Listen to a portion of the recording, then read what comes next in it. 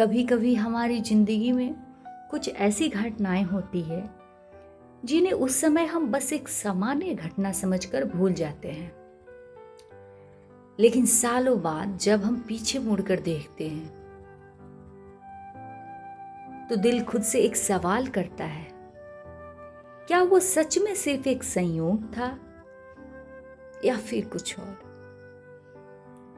या क्या उस दिन कोई अदृश्य हाथ हमारा रास्ता बना रहा था? मेरी कहानी भी कुछ ऐसी ही है। आज से कई साल पहले मैं साईं बाबा को ठीक से क्या, इनके बारे में कुछ भी नहीं जानती थी। साईं बाबा बस ये नाम जानती थी, इसके सिवाय कुछ भी नहीं जानती थी। हाँ, इनकी फोटो जरूर थी हमारे पूजा वाले कमरे में। इनकी तस्वीर को डेली पूजा किया करती थी, बाकी कुछ नहीं जानती थी इनके बारे में। मैं रोज उन्हें देखती थी, प्रणाम करती थी, दीपक जलता था, पूजा भी होती थी। लेकिन बाबा की महिमा क्या है, शिरडी क्या है, बाबा के भक्त कौन है, इन सब के बारे में मुझे कुछ खास पता नहीं था। आज की कहानी मेरी खुद की है।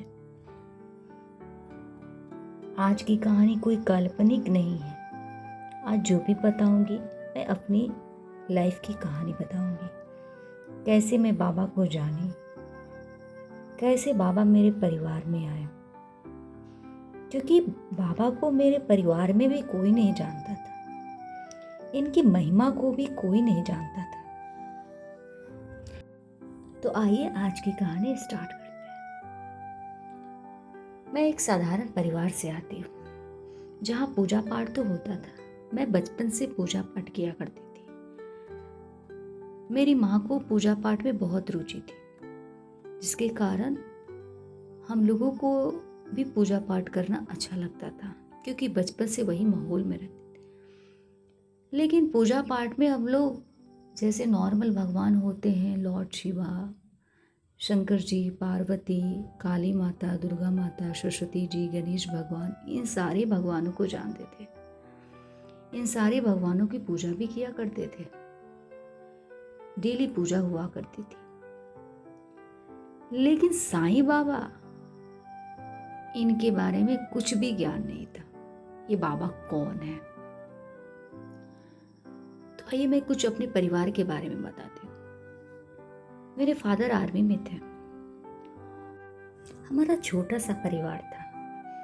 फादर आर्मी में थे और हम लोग 3 भाई बहन थे और माँ के साथ रहा करते थे। तो जब मेरे फादर नासिक में पोस्टेड थे तो नासिक से तो नज़दीक ही शिरडी पड़ती है। ये 2006 की बात है। उस वक्त वो नासिक में पोस्टेड थे। तो उनके कुछ फ्रेंड्स बोले कि चलो हम लोग शिरडी चलते हैं, शिरडी में एक संत हैं, उनके दर्शन करते हैं। तो कुछ फ्रेंड्स मिलके उन्होंने दर्शन करने का प्लान किया। तो वो लोग जाके दर्शन किए। तो मेरे फादर ने एक बाबा का तस्वीर बस खरीद लिया।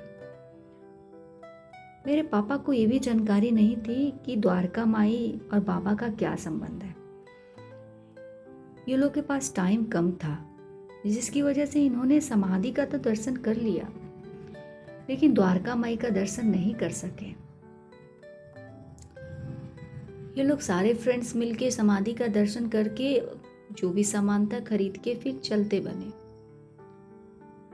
लेकिन नासिक में जब मेरे पापा काफी टाइम तक रहे तो दोस्तों में बात होने लगी इधर उधर की। उसी दौरान कोई दोस्त थे जिन्होंने बताया कि साईं बाबा कौन थे।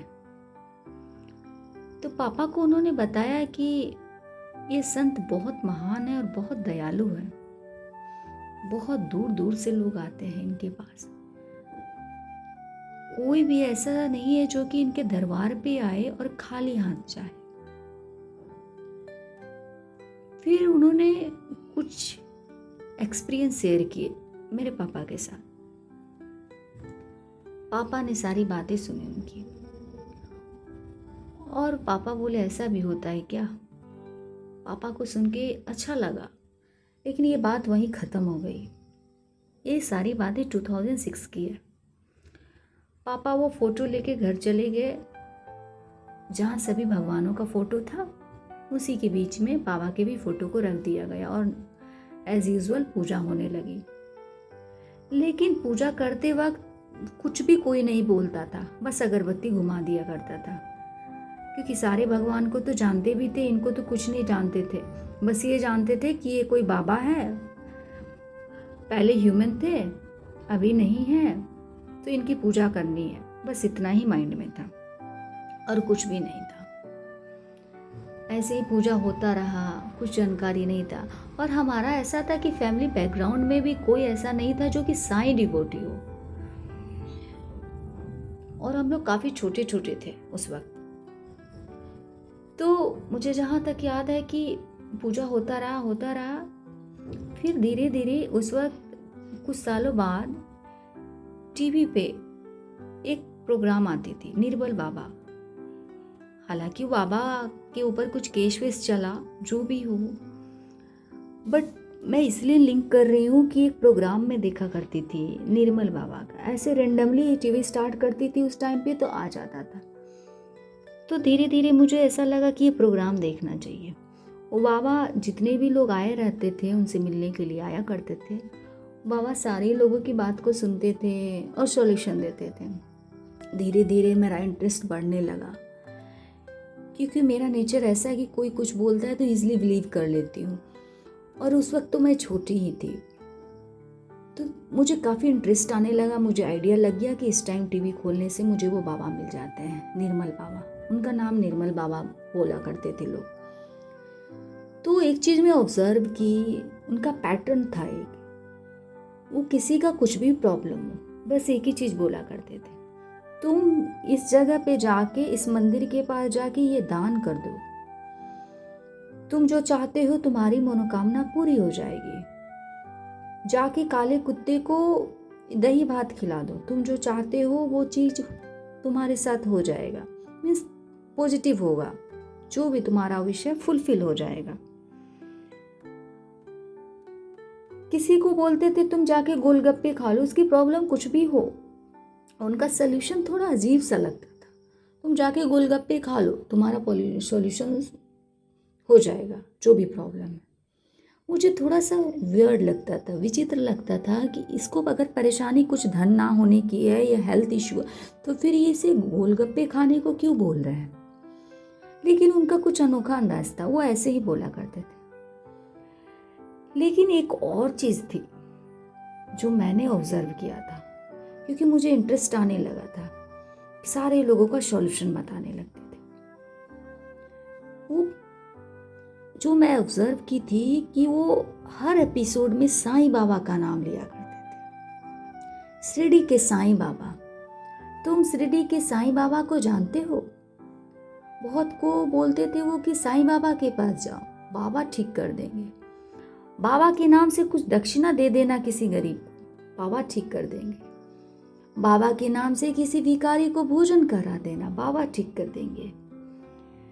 इस तरह के बहुत सारे वो मीन्स एग्जाम्पल दिया करते थे लोगों को एज ए सॉल्यूशन कि ऐसे करो, लेकिन बाबा का नाम जरूर लिया करते थे वो। मैं बार बार साईं बाबा सुना करती थी। तो हालांकि मैं शुरू में प्रोग्राम में अकेले देखती थी, फिर धीरे धीरे मैं अपनी मदर को कन्विंस की कि आप भी देखो ना, अच्छा लगता है, हमारी तरह ही नॉर्मल लोगों का भी प्रॉब्लम है और बाबा सॉल्यूशन देते हैं। जो भी चीज़ होगा सारा मनोकामना पूर्ण हो जाएगा, घर बैठे सब कुछ हो जाएगा, छोटा छोटा नुस्खा बताते हैं। मैं कन्विंस करके अपनी मम्मा और अपनी दीदी को बोला करती थी कि आप लोग भी देखो। तो मैं बैठ के हम तीनों देखा करते थे। तो जब ये साईं बाबा ज़्यादा डेली एपिसोड में सुना करती थी, तो मैंने एक बार अपनी मम्मा से बोला कि साईं बाबा कौन है। ये बाबा हर बात पे बोलते हैं कि साईं बाबा भला करेंगे, साईं बाबा भला करेंगे। ये बाबा कौन है जो इतना भला करते हैं हम लोग भी तो डेली पूजा करते हैं, हम लोगों का कहाँ जो चाहते हैं वो हो जाता है। तो मेरी मदर ने बोला कि साईं बाबा शायद बेटा नासिक में है, वहीं से कहीं दूरी पे है, लेकिन उधर ही पड़ता है, क्योंकि पापा जो फोटो लाए हैं जिसको हम लोग पूजा करते हैं वो साईं बाबा ही है। तो हम लोगों ने बोला अच्छा वही साईं बाबा है। तो जाके हम लोगों को नाम पता चला, अच्छा वही साईं बाबा। मम्मा बोली कि मुझे ज़्यादा जानकारी नहीं है, लेकिन पापा बताते हैं कि वो नासिक की तरफ। तो ऐसे मैं बोली कि ये बाबा का तो हर बात पे निर्मल बाबा बोलते हैं साईं बाबा ठीक करेंगे। ऐसे करते करते 1-2 महीना पूरे निकल गए। तो निर्मल बाबा का एपिसोड ख़त्म होता था तो लास्ट में निर्मल बाबा बोलते थे कि आपके पास काला पर्स हो तो खोल के बैठ जाइए तो बहुत सारा धन आ जाएगा। तो जैसा मैंने कहा कि मैं इजीली बिलीव कर लेती हूँ, मैं वो भी काम करना स्टार्ट कर दी। मैं अपनी मम्मा को बोली, छोटी थी मैं, मेरे पास पर्स नहीं था, मुझे एक पर्स दे दो। मैं जिद करके एक पर्स ली और मैं उसे खोल के बैठ जाया करती थी। हालांकि हुआ कुछ नहीं, लेकिन कहीं ना कहीं मैं बाबा के करीब जाने लग गई थी, क्योंकि मुझे वो बाबा बाबा बोलते थे तो वो चीज़ ज़्यादा लगता था कि ये बाबा हैं कौन जो सबकी दुआ सुनते हैं, जो किसी को खाली हाथ नहीं लौटाते। तो फिर मैं ऐसे करते करते जब 2 महीना बीत गया तो मैं एक दिन अपनी मम्मा को बोली कि काश हम लोग भी चलते ये बाबा से मिलते। और उसी प्रोग्राम में निर्मल बाबा के मुंह से ही निकला था कि शिरडी के हैं साईं बाबा। तो हमें पता भी चल गया था कि नासिक से दूरी पे जैसे भी हो, लेकिन वो नाम है शिरडी। मैंने मम्मा को बोला कि मम्मा हम लोग भी चलते हैं शिरडी। मेरी मम्मा ने बोला कि पापा को जानते हो ना तुम लोग, बहुत स्ट्रिक्ट है, आप लोगों का पढ़ाई डिस्टर्ब हो जाएगा। तो मैंने बोला कि पूजा ही तो करना है, जाके एक बार बाबा को देख लेंगे, दर्शन हो जाएगा बाबा का। अम्मा ने बोला नहीं, समर वेकेशन होगा तो शायद जा सकते हैं, लेकिन पापा से बोलेगा कौन। हालांकि पापा बहुत स्ट्रिक्ट नेचर के थे, हम लोगों को बहुत डर लगता था कुछ भी बोलने से कि पता नहीं पापा बोलेंगे, क्या बोलेंगे वो भी नहीं आइडिया था, ले जाएंगे नहीं, क्योंकि बहुत दूर पड़ता था हमारे स्टेट से। तो मम्मा ने बोला कि बाबा की मर्जी होगी ना। मैं बोली कि इतनी महिमा सुन रही हूँ। तो मेरी माँ ने सिर्फ एक ही बात बोला, बाबा की महिमा होगी ना तो हमें दर्शन करने की इच्छा है तो बाबा खुद ही अपने पास बुला लेंगे, हमें बोलने की जरूरत भी नहीं पड़ेगी, बाबा खुद ब खुद बुला लेंगे, रास्ता खुद ही बना देंगे, हमें कभी किसी से कुछ भी बोलने की जरूरत नहीं है। ये बात मेरी माँ के मुंह से निकला था। फिर मैं निराश हो गई, मैं छोड़ दी। मैं फिर भी मम्मा को बोली एक बार ट्राई करो ना, पापा को बोल। मम्मा बोली ठीक है मैं बोलूँगी, लेकिन हो सकता है समर वेकेशन में पापा चले तो चले, लेकिन चांस कम है। तो मैं जब सैड हो गई तो मेरी मम्मा ने एक ही चीज़ बोला कि सैड क्यों होती हो, बाबा है ना, बाबा चाहेंगे, कोई भी भगवान जब चाहते हैं कि उनके डिवोटीज उनके पास आए तो वो घी चिल्लाते हैं। फिर मैं भूल गई उस बात को, लेकिन मैं उस प्रोग्राम को कंटिन्यू देखती थी। उसके बाद मैं एक दिन मार्केट गई तो मेरा शुरू से नेचर ऐसा भी रहा है कि मैं बुक्स का कलेक्शन बहुत रखती हूँ, मैं बुक्स को बाय कर लेती हूँ लेकिन पढ़ती बहुत कम हूँ। तो ऐसे स्ट्रीट पे साईं चालीसा लिखा हुआ था, उस बुक पे रखा हुआ था। मैं मम्मा को बोली ये खरीद दो। मम्मा ने बोला कि इतना सारा हनुमान चालीसा, दुर्गा चालीसा, सरस्वती चालीसा सारे पढ़े हुए, तुम एक बार भी नहीं पढ़ती हो और साईं चालीसा तुम्हें चाहिए। मैं बोली हाँ खरीद दो, मैं पक्का पढ़ूंगी। मम्मा बोली कि नहीं, तुम सिर्फ बुक खरीदती हो, पढ़ती नहीं हो, मैं नहीं खरीदूंगी। मम्मा ने नहीं खरीदा। फिर हम लोग मार्केट चले गए आगे, जहाँ जो भी शॉपिंग करनी थी। उसके बाद एक सामान ली, उसके बाद वापस से फिर मैं घूमते घूमते मैं और मेरी मम्मा वापस से उसी स्ट्रीट पे पहुंच गए जहाँ वो चालीसा था। कुछ समझ नहीं आया, दूसरी बार भी वहीं चले गए। फिर से मम्मा को बोल रही हूँ कि खरीद दो, मम्मा फिर से मना कर रही है। फिर से कुछ दूसरे सामान के लिए फिर से वापस शॉपिंग। मतलब ऐसा हो गया था, वापस जाते थे कुछ खरीदते थे, फिर वापस से क्या माइंड हो गया था कुछ पता नहीं, फिर से वापस उसी जगह पे आ जाते थे। लास्ट में 4th अटेम्प्ट में मेरी मम्मा ने वो चालीसा खरीद दिया। मम्मा बोली आप इतना जिद कर रहे हैं हर बात पे, पता नहीं कैसे फिर यहीं आके रुक जा रहे हैं, ठीक है खरीद देते हैं लेकिन आप इसको पढ़िएगा। मैं बोली कि ठीक है पक्का प्रॉमिस, मैं पढ़ूंगी चालीसा, आप इसको खरीद दीजिए। अम्मा ने खरीद दिया। फिर मैं चालीसा लेके गई और नेक्स्ट दिन से पढ़ना स्टार्ट किया। मुझे एक अजीब सा पीस फील हुआ, मेरे अंदर कुछ तो चेंजमेंट था। मैं स्टॉबन टाइप की लड़की थी, जिद्दीपन था मेरे अंदर, वो सारा धीरे धीरे खत्म होने लगा। कुछ पॉजिटिविटी नज़र आने लगी और वो पॉजिटिविटी ऐसी थी कि मेरे पेरेंट्स को भी नज़र आने लगी कि जो लड़की इतनी जिद्दी थी, जो कुछ समझने को तैयार नहीं थी, वो ऐसे कैसे करने लगी। और थोड़े हेल्थ इश्यूज भी जो भी थे थोड़ा बहुत, वो भी मेरे को ऐसा फील हुआ कि सब वेनिस्ट हो गए, सब समाप्त हो गए, कुछ भी नहीं, अभी सब ठीक है, ऐसा फील होने लगा। जिस दिन वो चालीसा नहीं पढ़ती तो बेचैनी सा होने लगती, ऐसा लगता कुछ गुम सा हो गया, कुछ तो है जो खो गया है, ऐसा मुझे बार बार महसूस होने लगा।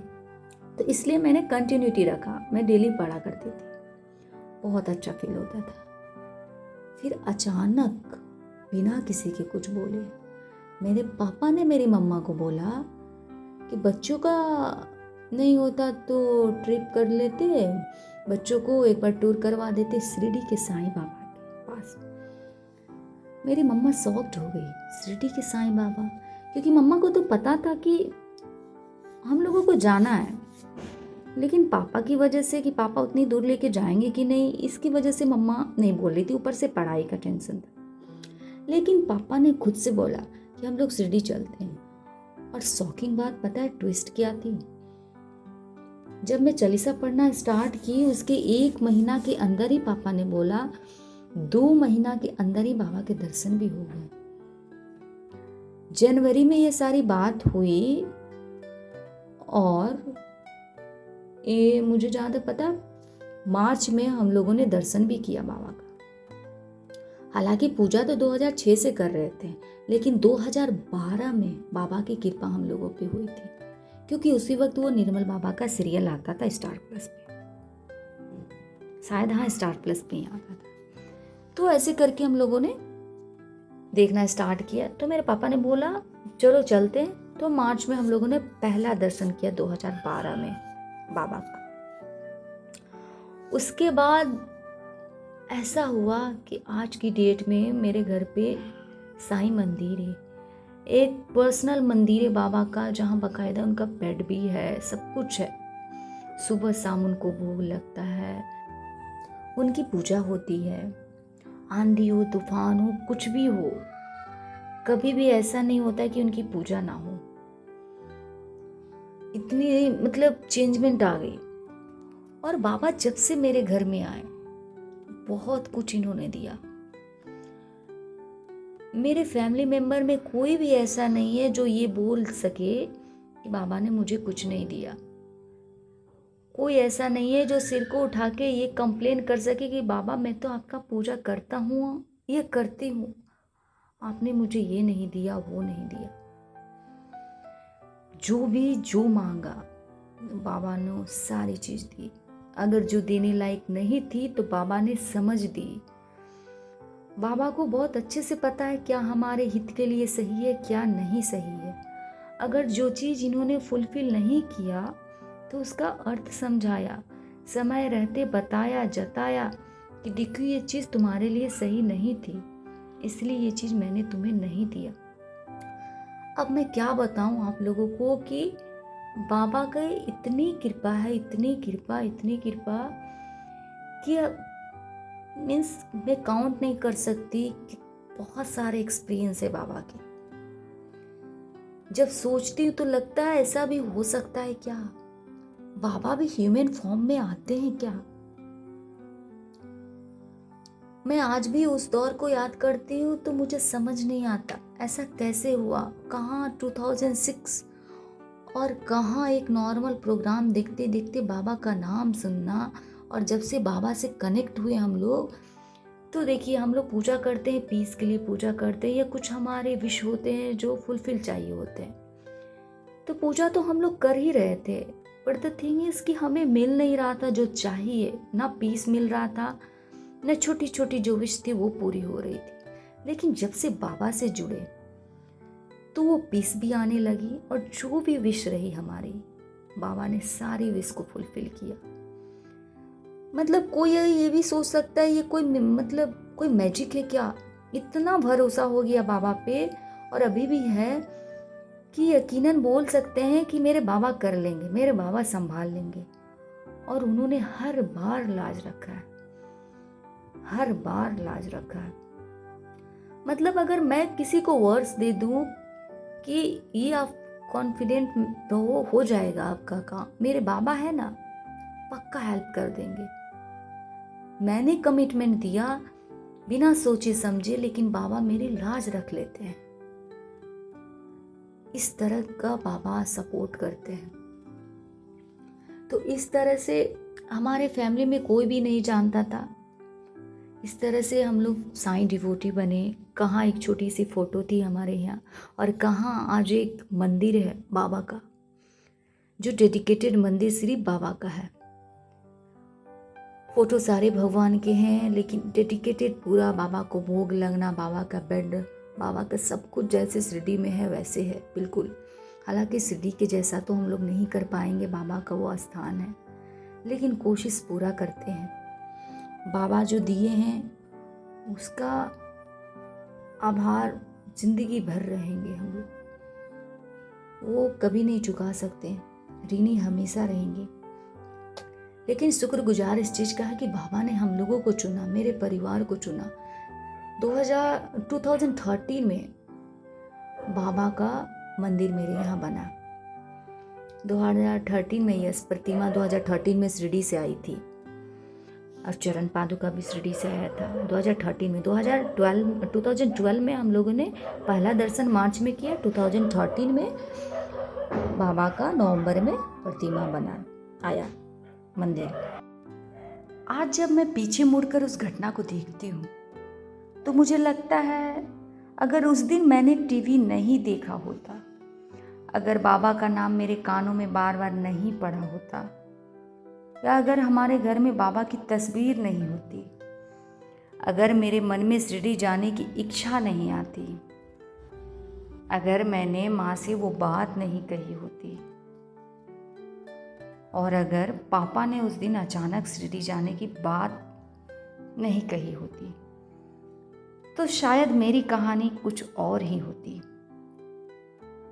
इन सारी घटनाओं को जोड़कर देखती हूँ तो मन में बस एक ही बात आती है, शायद बाबा की तरफ पहला कदम मैंने नहीं उठाया था, शायद बाबा ने मेरे मन में ही पहला कदम रख दिया था। कभी कभी हम कहते हैं मैं भगवान को ढूंढ रहा हूँ, मैं भगवान को ढूंढ रहा हूँ, मैं भगवान को ढूंढ रही हूँ, लेकिन क्या पता भगवान हमें पहले से ढूंढ रहे हो। हम कहते हैं मुझे मंदिर जाना है, लेकिन क्या पता उस मंदिर की यात्रा का रास्ता पहले से हमारे लिए बन रहा हो। हम कहते हैं मैं बाबा को मानने लगी हूँ, हम कहते हैं मैं बाबा को मानने लगी हूँ, लेकिन क्या पता बाबा ने बहुत पहले ही हमारे जीवन में अपनी तस्वीर रख दी हो। मेरे घर में बाबा की तस्वीर पहले से थी। मैं बाबा को नहीं जानती थी, लेकिन तस्वीर थी। फिर बाबा का नाम मेरे कानों तक पहुंचा, फिर शिरडी का विचार आया, फिर इच्छा पैदा हुई, फिर माने का असंभव है, और फिर मेरे पापा ने खुद कहा शिरडी चलोगे। उस अनुभव से मैंने एक बात तो सीखी, हर इच्छा तुरंत पूरी हो ये जरूरी नहीं, लेकिन अगर कोई इच्छा सच्ची है तो उसे लेकर बेचैन होने की भी जरूरत नहीं। कभी कभी समय लगता है, कभी रास्ता देर से खुलता है, और कभी हम उस इच्छा को भूल भी जाते हैं। लेकिन अगर वो हमारे लिए सही है तो रास्ता किसी न किसी रूप में खुल सकता है। इसलिए अगर आज आपके जीवन में भी कोई ऐसी इच्छा है जो आपको असंभव लगती है, तो उसे लेकर निराश मत होइए, श्रद्धा रखिए, सबूरी रखिए और अपना प्रयास करते रहिए, क्योंकि बाबा की राह हमेशा हमारी समझ के अनुसार नहीं चलती। आज भी जब मैं अपने पुराने घर के उस पूजा घर को याद करती हूँ जहां बाबा की तस्वीर रखी थी, तो मन में एक अजीब सी भावना आती है। वो तस्वीर तब भी वही थी जब मुझे बाबा के बारे में कुछ पता नहीं था। वो तस्वीर तब भी थी जब मैंने पहली बार बाबा का नाम टीवी पर सुना। वो तस्वीर तब भी थी जब मैंने मन में कहा मुझे शिरडी जाना है। और शायद वो तस्वीर मेरी उस यात्रा की शुरुआत थी, क्योंकि कभी कभी जिसे हम सिर्फ एक तस्वीर समझते हैं, वही हमारे जीवन में पूरा रिश्ता बन जाती है।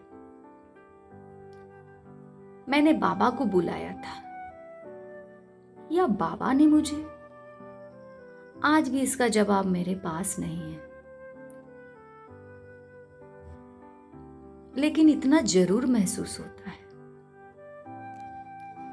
मैं शिरडी जाने के बारे में सोच रही थी और रास्ता किसी और ने बना दिया। शायद इसी को बाबा का बुलावा कहते हैं। और शायद बाबा का बुलावा हमेशा किसी चमत्कार की तरह नहीं आता।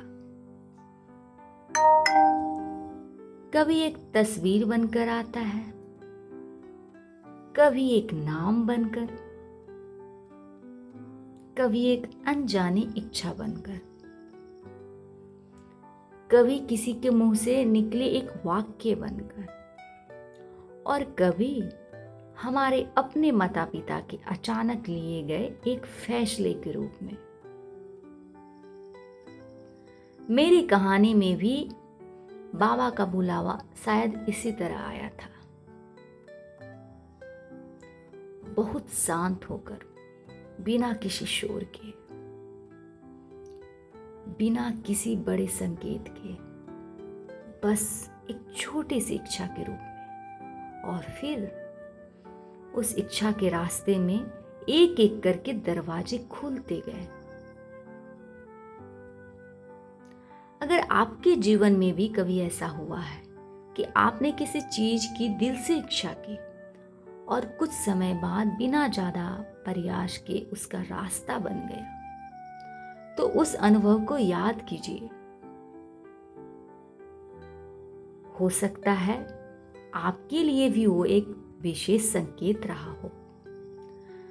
और अगर आप साईं बाबा में श्रद्धा रखते हैं तो बस इतना याद रखिए, श्रद्धा रखिए, सबूरी रखिए और बाबा पर विश्वास रखिए, क्योंकि कभी कभी हम बाबा तक पहुंचने का रास्ता ढूंढते हैं और कभी बाबा हमारे लिए रास्ता बना देते हैं। ओम साई राम। ओम श्री साईनाथाय नमः। अगर इस कहानी ने आपके मन को छुआ हो तो कमेंट में पूरे विश्वास से लिखिए, ओम साई राम। बाबा मुझे भी अपना बुलावा देना। और ऐसे ही भावपूर्ण साईं बाबा की कहानियों के लिए साई नियति को सब्सक्राइब जरूर करें, क्योंकि शायद अगली कहानी आपके अपने अनुभव से जुड़ी हो। ओम साई राम। ओम श्री साईनाथाय नमः। प्रेम से बोलिए अनंत कोटि ब्रह्मांड नायक राजाधिराज योगीराज परब्रह्म श्री सच्चिदानंद सद्गुरु श्री साईनाथ महाराज की जय।